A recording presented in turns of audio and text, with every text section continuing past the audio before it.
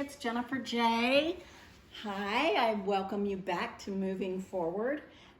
If you've been keeping up, welcome back. If you haven't, you might want to go back and catch up or start with number 1 if you haven't been on before. The only one that you could skip over if you wanted to is the standalone, and it's titled Standalone. So you can watch that one whenever you like, but the rest of them are a continuing story. And this is the next part of that story. And when we left off, I was just leaving the Potter's house and heading to Albuquerque. And I just wanted to go over real quick to remind you where we were. Pastor Dobbins had said at the Potter's house in Dallas, you've got to move first, move and speak. You have to put moving and speaking together to build a spiritual velocity that will take out your enemy. And that was really powerful stuff he was talking about, and very inspirational to me since I was moving literally and speaking using my YouTube channel. And so it was really incredible, everything that he preached on. But then I went to Albuquerque to my best friend Raquel's house, and I go there to see her for sure, but also because it's kind of a halfway point where I can stay and sleep, stay a couple days to visit and rest before I travel the rest of the way. So it's a long drive. But I got there and I was telling him all about the Potter's house, and everything. And I was talking to Raquel about the money that I had received there and what a blessing that was. And I was telling her that I really feel like that should be seed money, that I shouldn't spend that on anything else, that really should be seed money for this ministry, whatever it's going to be. And so as we're kind of mulling that over for the first couple of days, Kenny, on the second day I was there, Kenny is her boyfriend. And he said, if you're serious about that, I think you should start a website, that you should buy a web domain.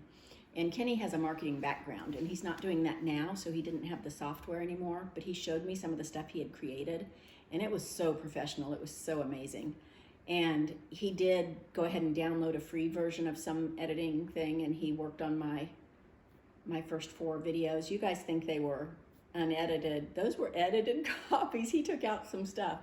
And so I really appreciated him, but it was long and tedious. The website was slow, it was difficult to work with, and he really spent a lot of time just on, I think, 1 or 2 videos. But I really appreciated that. And so he said, you should get them a website called Moving Forward if you can. So I Googled that. Well, that's Toyota's. Pretty sure I'm not going to get that from them. So he was trying to come up with, acronyms or something that might work.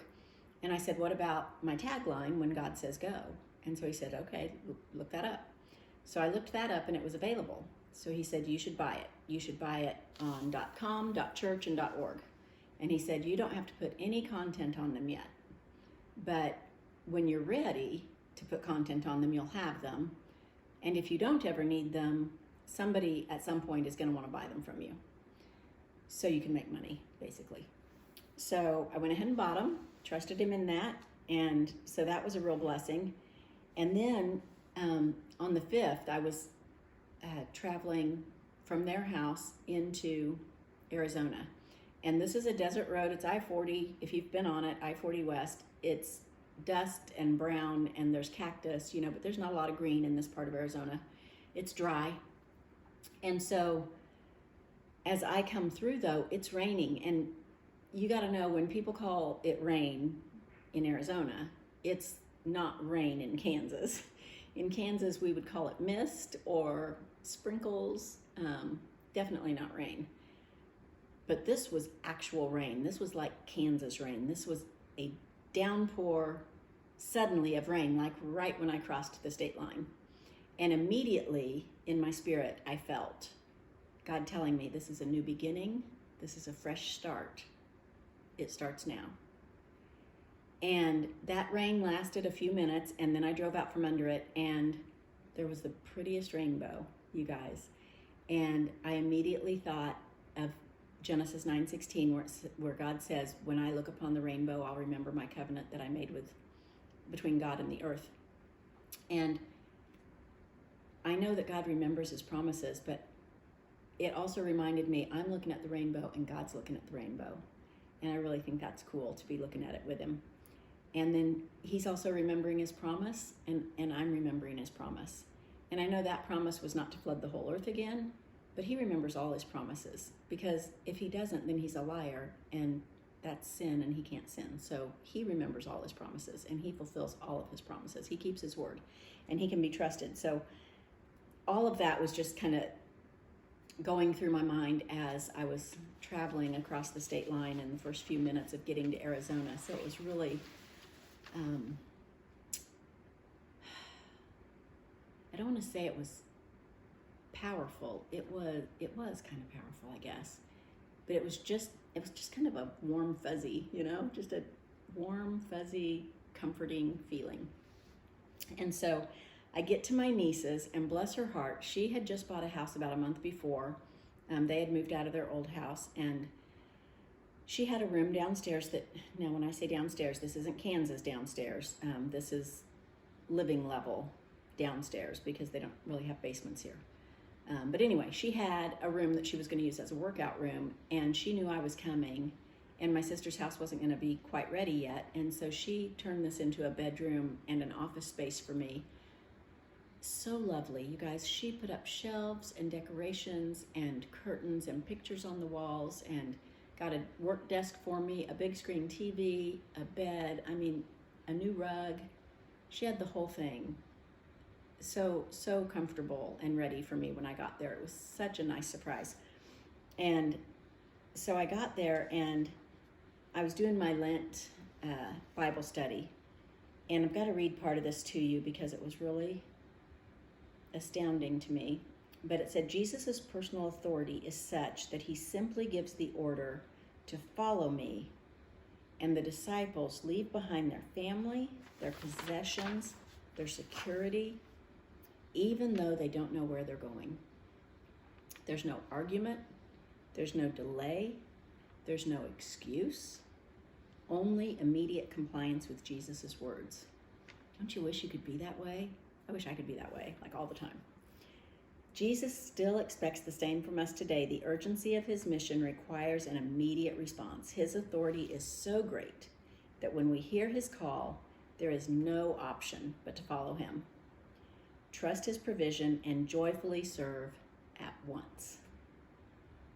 And that is so true. And I think about what the disciples did. And I know, Peter had just put down the net, and he had just pulled in all those fish, and they were able to sell that and make money, and his family was provided for, and he had provision. So he had seen this great miracle. This is true. However, they just left everything. He left people he loved. He left everything he knew, his familiar town, his job, everything. Left everything and just completely trusted him. And so I'm going to try and do that. Now, that was the Lent U version. It was called With One Voice, and it was by the International Church of Hong Kong, if you're looking for it on the U version app. You can do it anytime. Don't have to do it at Lent. It was really good, though. And then a friend of mine, Susan, hi Susan, I hope you're watching, from the church that I went to right after I left my long-term church, and I went to this other church for 7 years. She was there, and that's how I got to know her. And she messaged me. We hadn't really kept in touch other than on Facebook, but she messaged me that she had been hearing the song The Commission by Cain the last few days, and that whenever she hears it, she thinks of me. And she said the last couple mornings she had woke up and it was in her head, and she always thought of me. And she said, I'm going to be praying for you. She wanted me to know that she was going to be my prayer warrior. And that meant so much to me. That was just such an honor that she would just decide to do that. And I asked her how she knew about that song. I was like, did I post something about it or anything like that? And she went clear back like a month or something in Facebook to see, and she's like, no, I don't see anything that you posted about it. But then she had goosebumps because God, right? Because that was my song when I was at my sister's, when she had the Verbo, and I had come to visit, and I knew God was calling me to Arizona, but she asked me, was I going to move? And I couldn't speak the words, I couldn't commit. And I went outside and took a walk and listened to Caleb, and I asked God to speak to me through a song and let me know if, let me know again, not like the disciples who just immediately responded. I had to know again And he gave me that song. I had never heard it before. And it said, you have a purpose and I have a plan, and go tell the world about me. And I knew that's what I was supposed to do. So I went back and told her, I'm moving. But for Susan to know that was pretty incredible. That was a God thing. So she is my prayer warrior, and she messages me now every few days, and it's lovely to have her praying for me all the time. And so then the next day I went to church, and let me just tell you, when I had the Zoom call with Pastor, I had told him, that I didn't have the finances to get to Arizona, but I knew God had called me to go in March, and so I was going to be there March 6th at his 8:00 sermon. I was going to be present, and I didn't yet know how, but I knew I would be. And so I get there, and I'm excited, right? And they do the altar call, and the sermon had been about suicide. And so whatever question he asked, it wasn't like, if you want to join the church, come forward. It was something about suicide. And I didn't feel like I should go forward for whatever the question was that he asked. But then he never followed it up. Like usually, they'll follow up with, if you want to join the church, or if you want to accept Christ as your Savior or something like that. And he never did. So I leaned to the gal beside me, who I had introduced myself to at the beginning of church, and I said, if I want to join the church, is this when I go? And she said yes. And so I walked out and I went up there, and he had told me on the Zoom call he thought he would remember me. But it was still COVID, and we were still wearing masks, and so he could only see half my face. And he looked right at me, but I could tell he didn't remember me. He didn't have any recognition of me. And so I went like this, even though it was behind a mask, he could see me. And his eyes got big, and he knew who I was, and he shook my hand. And then he had his wife come up, and she was asking my last name, and she went up and, whispered it to him, and he wrote it down. But he introduced me to the congregation, and he told a little bit of my story, just very little snippet, that I had come, that God had called me 1,200 miles, and that I didn't know how I was going to get there, but I was going to be there, and that here I was. And then he asked me to turn around and wave at everybody, which was really kind of embarrassing, because I started watching them online, right? And so I know they have like 7,000 followers online all around the world. But I turned around and kind of waved like a homecoming queen, and I was smiling ear to ear because I was so excited to be there. Well, then they take us out. They had us follow this other lady out to this other room to talk about membership, and it was Holy Communion Day, so they did that with us in that other room because we were going to miss it during church. But anyway, I had left my purse and stuff in the pew because I didn't know that they were going to take us out to this other room. And I got to tell you, when we went out to the other room, people were air-fiving me and fist-bumping me and smiling and waving. Everybody was so happy to see me. It was so exciting. And there was other people there. Other people had joined as well. Several people had gone forward, maybe 6 or 7 that day. And so it was just really fun that they were so welcoming. But I go back into church because I needed my things, and they weren't done. He was still preaching. And so I went in and sat down, and so I was really glad I did, because at the end then of the sermon, I got to talk to Elder Elaine Penn again, and I got to talk to Pastor again and hug his neck, and I got their phone numbers and sent them my story on YouTube, and they both said they would watch, so I hope they are. So that was just really fun, and it was such a fun day. And I have to tell you guys, since then, like when I was watching them online on my phone, and I felt like, this is my church, these are my people, I don't know how I feel so connected, but I do. I feel that way every week, you guys. I go there, and they are friendly from the minute I get out of my car. Anybody I see in the parking lot walking in, it's a big parking lot, it's a big church.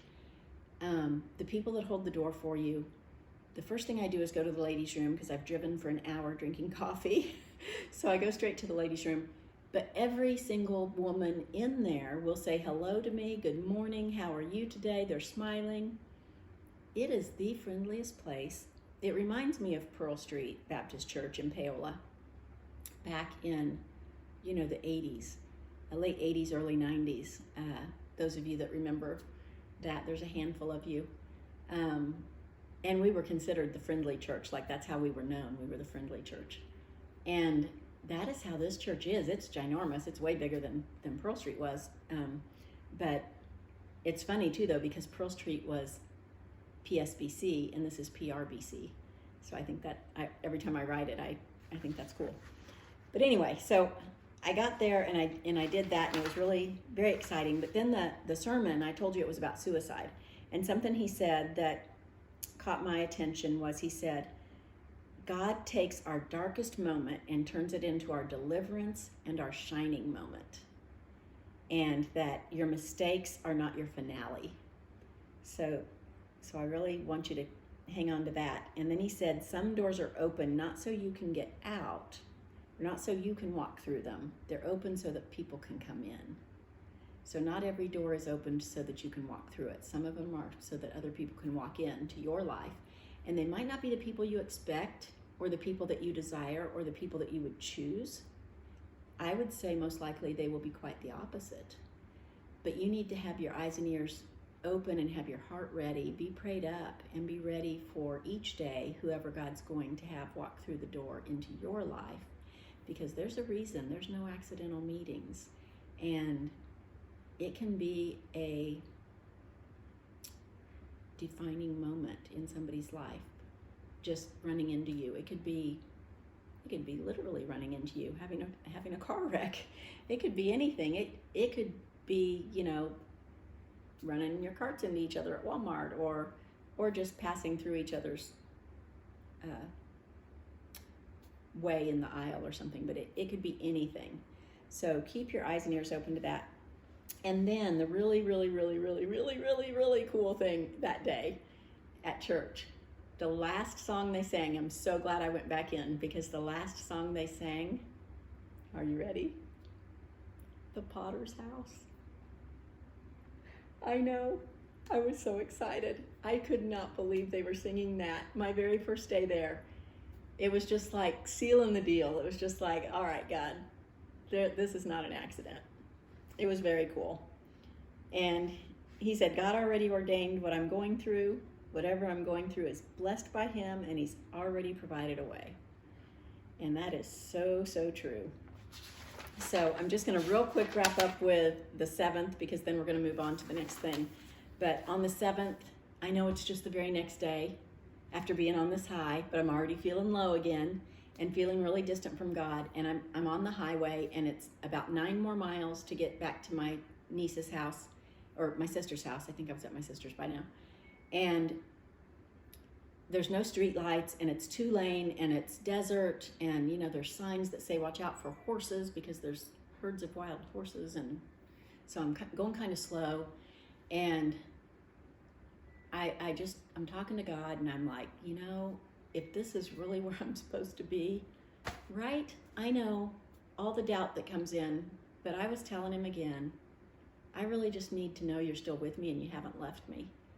And I would really like to hear my song.